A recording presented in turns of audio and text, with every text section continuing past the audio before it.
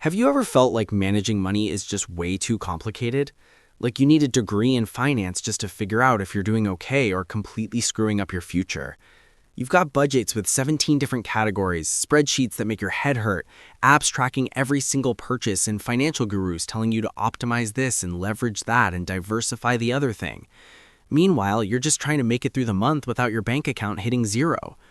What if I told you that financial stability doesn't require complexity? What if the path to never worrying about money again is actually simpler than you think, and all the complicated advice is just noise that's making it harder, not easier? There's a reason minimalism has become such a powerful movement in recent years. People are exhausted by excess, too much stuff cluttering their homes, too many commitments cluttering their calendars, too many decisions cluttering their minds. The same principle applies to money.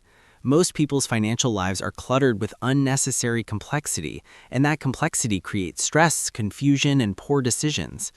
What if you stripped away everything that doesn't matter and focused only on the few rules that actually determine whether you'll be financially stable or financially stressed for the rest of your life? That's exactly what we're going to do today. We're going to talk about 7 minimalist money rules that guarantee financial stability. These aren't tips or tricks or hacks. These are fundamental principles that, if you follow them consistently, make it almost impossible to be broke and almost certain that you'll build lasting financial security. The beauty of these rules is their simplicity. You don't need fancy software or complicated strategies. You just need to understand these 7 concepts and actually implement them. Most people never achieve financial stability not because they don't earn enough money, but because they're violating one or more of these rules without realizing it. The crazy part is that these rules go against almost everything modern consumer culture tells you to do. Advertising wants you to spend more. Banks want you to borrow more. Society pressures you to display wealth you don't have.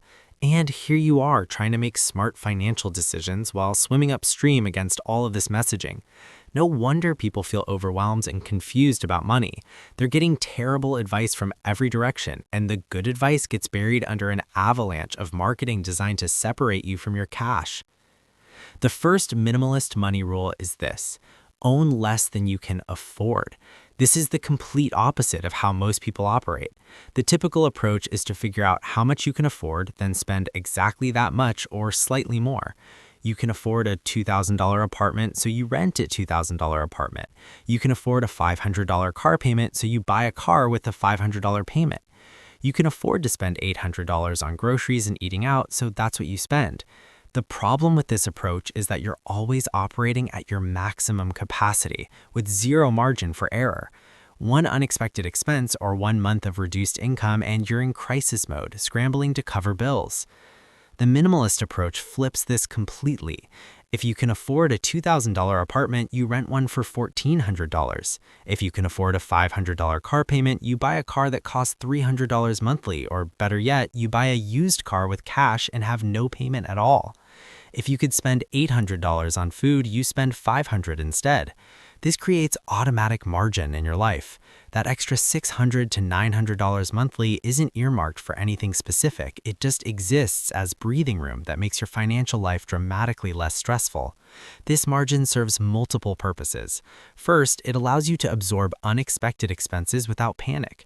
The car repair that would have been a crisis is now just an inconvenience. Second, it creates automatic savings without requiring discipline or willpower. If you're spending less than you earn without even trying, money naturally accumulates. Third, it reduces the psychological pressure of money.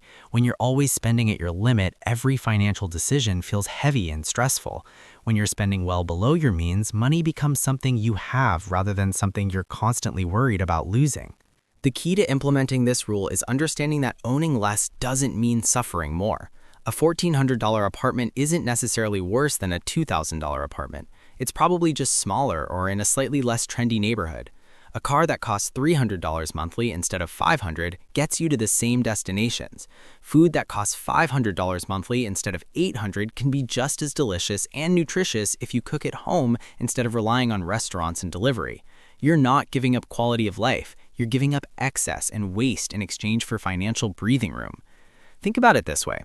When you live right at the edge of what you can afford, you're essentially gambling that nothing will go wrong. You're betting that your income will stay stable, your car won't break down, you won't have medical emergencies, and nothing unexpected will happen. That's a terrible bet because life is full of surprises.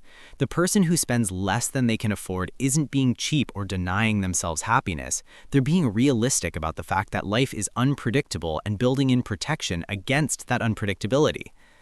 The second minimalist money rule is this: automate your financial life completely. One of the biggest sources of financial stress and failure is the constant mental load of managing money, remembering to pay bills, deciding how much to save this month, transferring money between accounts, tracking spending. All of this requires mental energy and creates opportunities for mistakes or poor decisions. The minimalist approach is to automate everything to the point where your financial life runs itself without requiring any thought or effort from you. Here's what complete automation looks like. On the day you get paid, money automatically splits into different accounts before you even see it. Your retirement contribution automatically goes to your investment account. Your savings contribution automatically goes to your savings account. Your bill payment amount automatically goes to your bills account. Whatever's left lands in your spending account, and that's what you have available for the month. Every bill is set to auto-pay from your bills account. Your investment contributions happen automatically, your savings builds automatically. You never have to think about any of it. This automation creates several powerful benefits. First, it eliminates decision fatigue. You're not deciding every month whether to save or how much. The decision was made once when you set up the system, and now it happens automatically forever.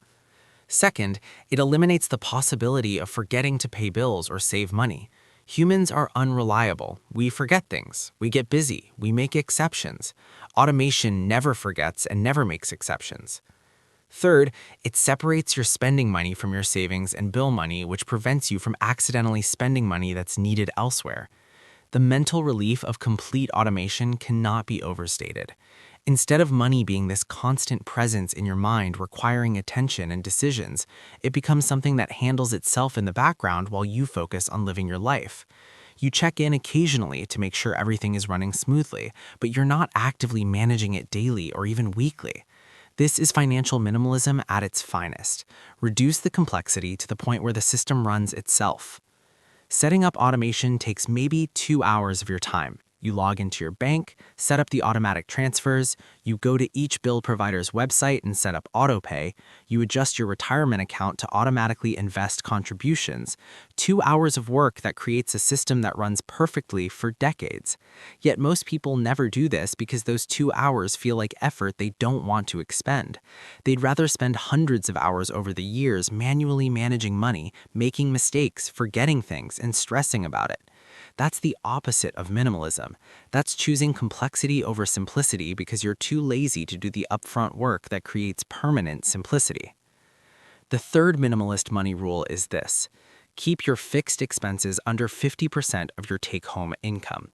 Fixed expenses are the costs that don't change month to month.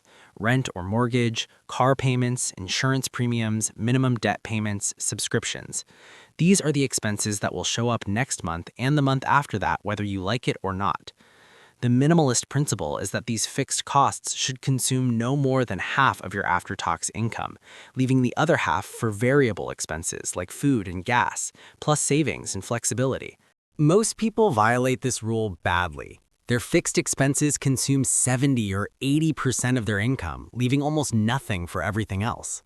They're locked into high rent, expensive car payments, large debt obligations, and various subscriptions and services they committed to back when they had more money or less financial awareness. These fixed costs create a financial prison where there's no room to adjust if income drops or unexpected expenses arise.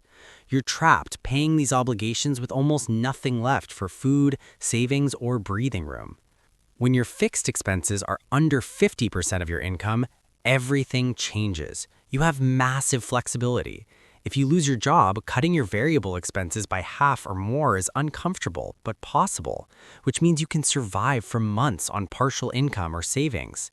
If you want to save aggressively for a goal, you can cut discretionary spending and direct that money to savings without affecting your ability to meet obligations.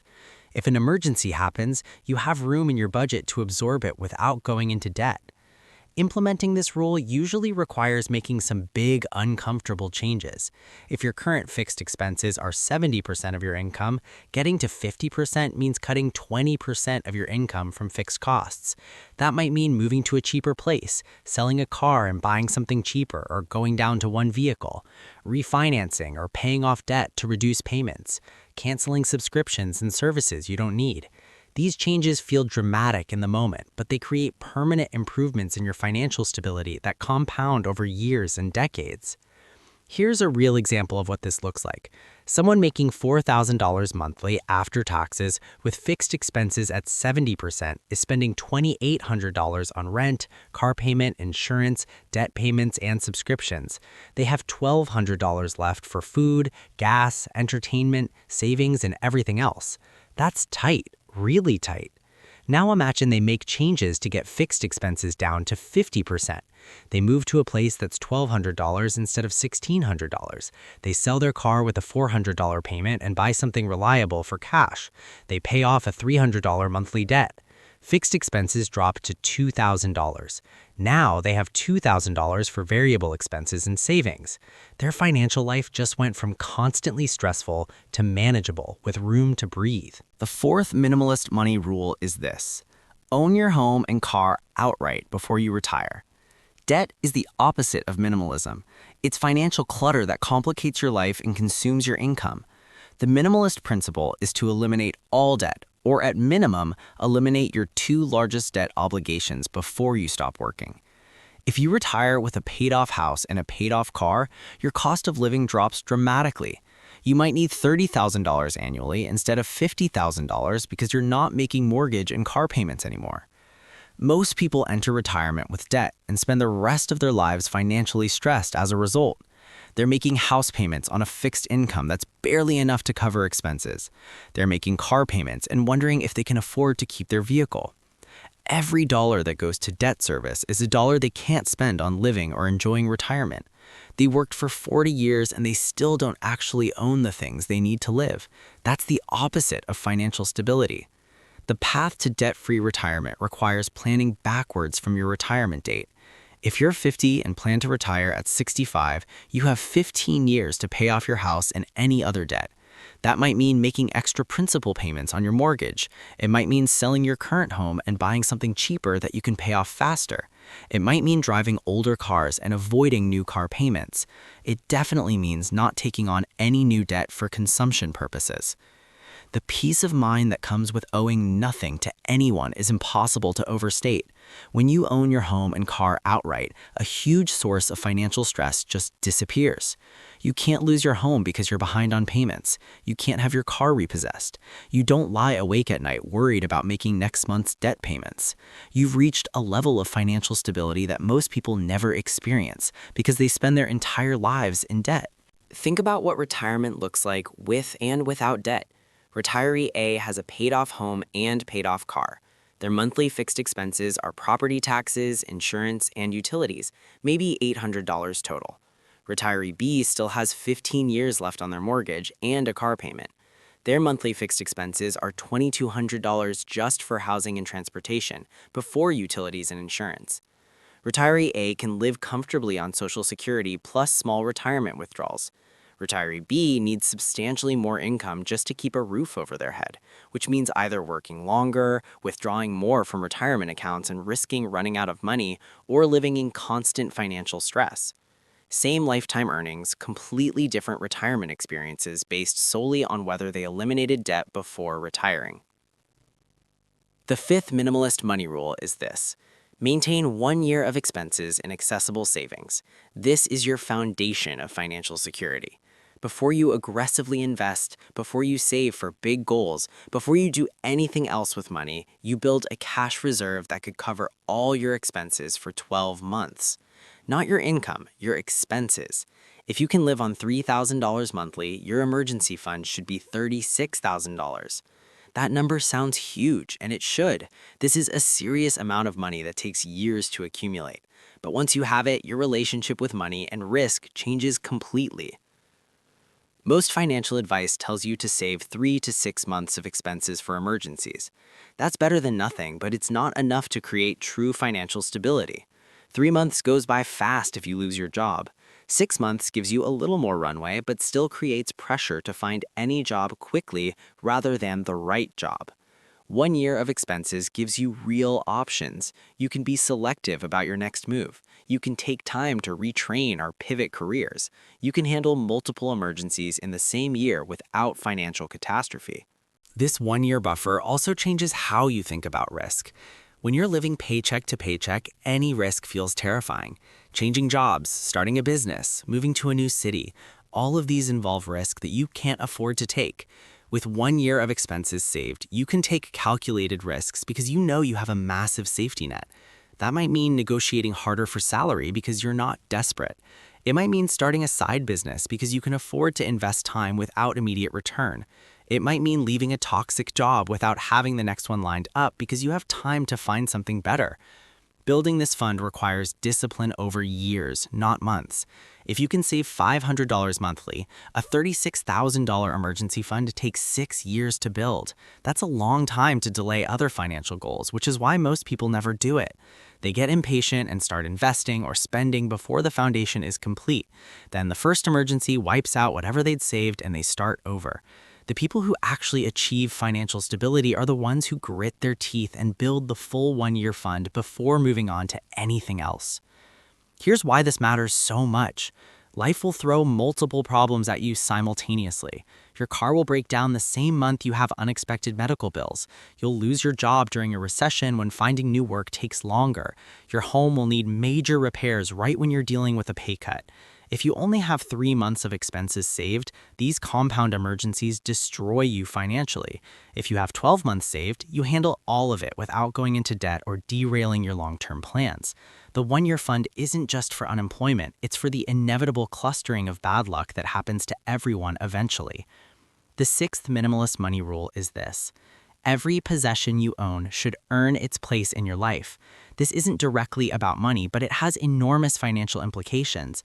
Most people accumulate stuff constantly without ever evaluating whether that stuff is actually adding value to their lives. They buy things on impulse, store them in closets and garages, and years later can't even remember what they own or why they bought it. All of that stuff cost money, money that's now gone with nothing to show for it. The minimalist approach is to be ruthlessly selective about what you own. Before buying anything, you ask whether this item will genuinely improve your life enough to justify the cost and the space it will occupy. After buying something, you periodically evaluate whether you're actually using it and getting value from it. If something isn't earning its place, you sell it or donate it and commit to not replacing it with more stuff you don't need. This creates a virtuous cycle where you own less, spend less, and value what you have more. The financial impact of this rule is massive over time. The average American household contains thousands of items, many of which were barely used and most of which served no real purpose. If you add up the cost of all the clothing that was worn once, the kitchen gadgets that sit unused, the exercise equipment that became expensive coat racks, the hobby supplies for hobbies that were abandoned, the books that were never read, and the decorations that created clutter rather than beauty, you're looking at tens of thousands of dollars wasted per household. Money that could have been saved or invested or spent on experiences that actually created memories and value. When every possession has to earn its place, your spending naturally decreases because most purchases don't pass this test. You stop buying things just because they're on sale. You stop accumulating stuff just because you can afford it. You become intentional about consumption, which means less money flowing out and more money available for building stability and wealth. Your home becomes less cluttered, your financial life becomes less cluttered, everything gets simpler and better. Let me give you a concrete example. Someone buys a bread maker for $150 because they think they'll make fresh bread regularly. They use it twice, realize it's more work than they want to do, and it sits in a cabinet for 5 years taking up space. That's $150 wasted on something that didn't improve their life. Now multiply that by dozens or hundreds of similar purchases over a lifetime. A treadmill for $800 that becomes a clothes hanger, a fancy camera for $1,200 that gets used 3 times, power tools for projects that never happen, craft supplies for hobbies that didn't stick. Every single one seemed like a good idea at the time, but none of them earned their place in your life, and together they represent thousands or tens of thousands in wasted money. The minimalist asks before every purchase, will I actually use this regularly? Does this genuinely improve my life, or am I just buying it because I'm bored or it's on sale? Do I have space for this that makes sense? If the honest answer is no, they don't buy it and they save the money instead. Over a lifetime, this mentality saves enormous amounts of money while simultaneously creating a less cluttered, more peaceful living environment. You end up with fewer things but better things, and way more money in the bank. The seventh and final minimalist money rule is this: make work optional as early as possible. This is the ultimate goal of financial minimalism, not to retire necessarily, but to reach a point where work is something you choose to do because you enjoy it or find it meaningful, not something you're forced to do because you'll be homeless otherwise. When work becomes optional, everything about your life improves. You can say no to bad bosses and toxic jobs. You can pursue work you care about even if it pays less. You can take breaks without financial catastrophe. You have freedom, which is what money is supposed to provide. Making work optional requires hitting a specific financial milestone. You need enough invested assets that the returns from those assets can cover your living expenses. If you need $40,000 annually to live and you can safely withdraw 4% from your portfolio each year, you need $1 million invested. If you followed the previous rules, you've kept your expenses low, eliminated debt, built a massive emergency fund, and avoided lifestyle inflation. That means your number for work optional status is probably way lower than you think. Maybe it's $600,000 or $700,000 instead of multiple millions. The path to work optional status is combining all the previous rules consistently over many years. Keep your expenses low so you need less money to retire. Eliminate debt so your retirement expenses are lower. Build your emergency fund so you can take risks and pursue opportunities. Automate your investments so money consistently flows toward this goal. Avoid buying unnecessary stuff so more money is available to invest. Do these things for 15 or 20 years and work optional status is absolutely achievable for anyone earning a middle-class income. The beauty of this goal is that you might not stop working when you reach it. Many people who hit financial independence keep working because they enjoy their work or want to build even more security. But knowing you could stop changes everything psychologically. Work becomes something you want to do rather than something you have to do. That shift in mindset affects your stress levels, your health, your relationships, and your overall life satisfaction. It's the ultimate expression of financial minimalism. You've simplified your life to the point where money no longer controls your decisions. Let's talk about what work optional actually means in practical terms. It doesn't mean you have to have enough money to never work another day in your life. It means you have enough that you could take a year or two off without financial stress. It means you could switch to part-time work or lower-paying work you enjoy more without worrying about bills. It means you have options and flexibility that people living paycheck to paycheck don't have. Someone with $500,000 invested in annual expenses of $30,000 isn't quite at full financial independence using the 4% rule, which would require $750,000, but they're close enough that they have massive options. They could work part-time and cover the gap. They could take a sabbatical year. They could pursue passion projects that might not pay well initially. The distance between $500,000 and complete financial independence is far less important than the distance between $0 and $500,000. Once you're in that range, you have freedom, even if you're not completely free of needing income. So there you have it, 7 minimalist money rules that guarantee financial stability. Own less than you can afford, creating margin in your life. Automate your financial life completely so it runs itself. Keep fixed expenses under 50% of income for maximum flexibility. Own your home and car outright before retirement to eliminate your biggest expenses. Maintain 1 year of expenses and savings for true financial security. Make every possession earn its place to stop wasting money on stuff you don't need. And make work optional as early as possible to achieve freedom. These rules don't require complicated math or advanced financial knowledge. They're simple concepts that anyone can understand and implement. The question is whether you'll actually do it. Most people won't follow these rules because they require sacrifices that feel uncomfortable in the present to achieve benefits that won't materialize for years.